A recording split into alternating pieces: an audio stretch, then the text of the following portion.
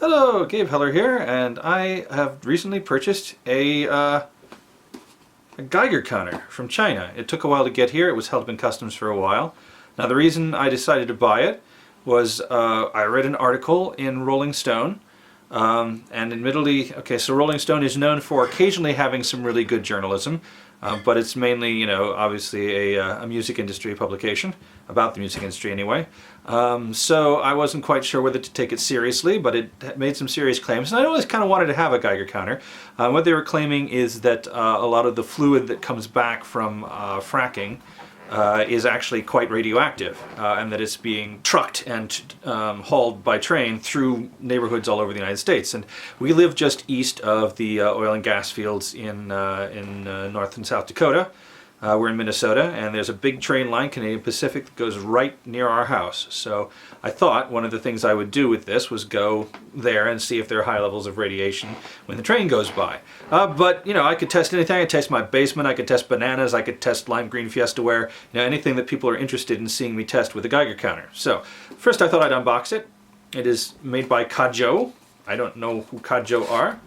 There's a QR code here I could scan for more information. Here's the box. Comes in a little envelope. I'm guessing these are the instructions. It looks like I also got a free guitar pick. It's a quality certificate, and none of it's been filled out. So we don't know if there's any quality. Here we have the instructions. Looks like we've got both English and Chinese language instructions. The Chinese instructions seem to come with a couple of extra, well no, with one extra diagram here, with a rather concerning symbol and a picture of the human body. But I can't read any of this, so I don't know what that's about. Here we have, presumably, the actual device itself.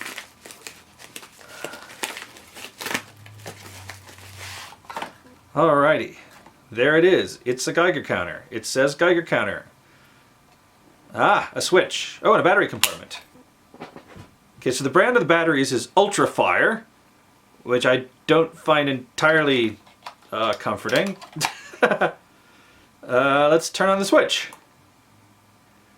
Okay, so currently there's no radiation. I'm guessing that's because it has not yet measured any radiation, because there ought to be some background radiation, because we are in the cosmos, and there is cosmic background radiation, and probably other things as well. Okay, so it's reading 0.08. I assume that's microsieverts per hour, or 0.0005 microsieverts total. And then that's maybe the battery icon? I don't know. It says M1, F1, and there are M and F buttons.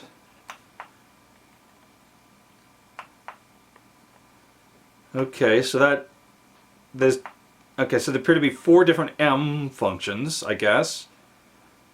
And F, so maybe M is mode and F is function. So we can get ALM. I'm not sure what ALM means. It's a little higher.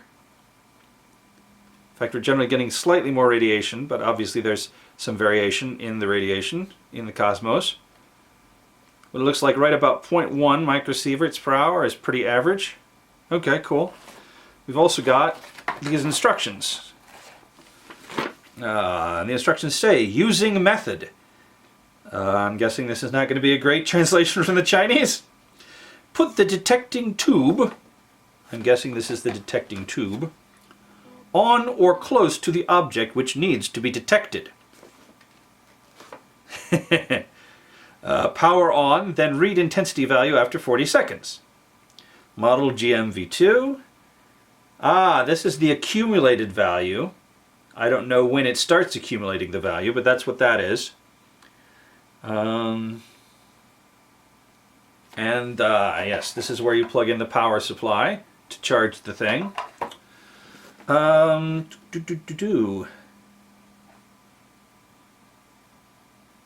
the M1 is the mute? Okay. And so mode 2 is mute. Mode 3 is beep. Mode 3 is CPM, and Mode 4 is CPM with beep. Okay, gotcha. So if you turn it on to Mode 2, that means it will beep over a certain level. I'm not sure how you set the level. F1, alarm when radiation is over threshold. F2, press M button to increase threshold. Aha! So changing the function allows you to use the M button to change the threshold. Okay. And F2 is increase and F3 is decrease the threshold. And F4 is turn off the alarm. Okay. Default is M1, F1. Turn off LED background light after 1 minute, which it has done. And turn on LED with press of any button. If you plan to use the instrument for a long time, mode 1 or mode 3 is B recommended, because it could be used for a longer time without sound alarm. Okay, so the alarm uses up juice is what they're telling me. Battery maintenance. Rechargeable lithium battery is being used. Is been used. There we go. You could use any 5-volt power supply with USB port to do the charging, such PC USB port, cell phone USB tube, adapters, etc. USB tube, huh? Water resistance. Because the equipment doesn't adopt the waterproof design, it should be wrapped in polythene bag when it is used in outdoor encountering raining or snowing. Okay, good to know. Detection target. Micro ray in 20 millirads per hour to 120 millirads per hour, and soft beta ray 100 to 1800 D per M per meter times centimeter squared, and X-ray. Not sure what these units are, but there they are if you want to see them. Main application. Unit. Nuclear radiation intensity, nuclear radiation accumulated value. Yes. Main application. Finding a radioactive source when being carried indoor and outdoor. So maybe I can actually track radioactive sources. It probably isn't going to tell me the direction, but I'll be just like a game of hot and cold. Avoiding radioactive source. Avoiding them, yes. Okay, good. Detecting the nuclear radiation intensity, yes.